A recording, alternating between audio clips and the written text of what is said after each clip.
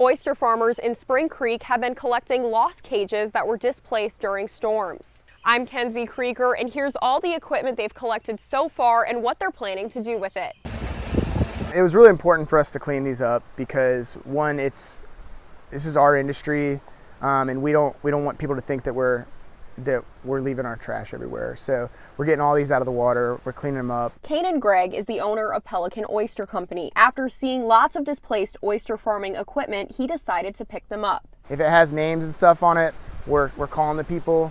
We're asking around, seeing whose it is. Anything that's not claimed will be repurposed for growing oysters. We're storing it in a centralized place, and if people are missing their gear, they can come get it. Those who have lost lots of equipment during storms know what it's like. Chad Minter's family owns S&M Oyster Company. During Hurricane Helene, they lost several pieces of equipment. The equipment, we're expecting to use it for around 5 to 8 years. So when we lose equipment, it's like a long-term investment just floated away. When this happens, they not only lose the gear, but also the infrastructure they developed at the oyster farm.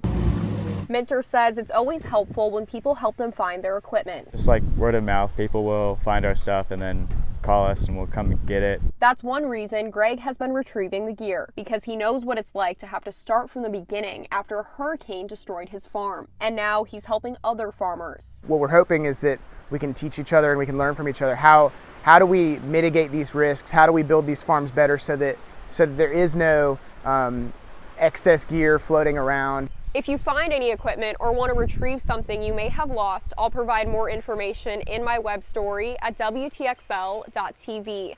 In Spring Creek, Kenzie Krieger, ABC 27.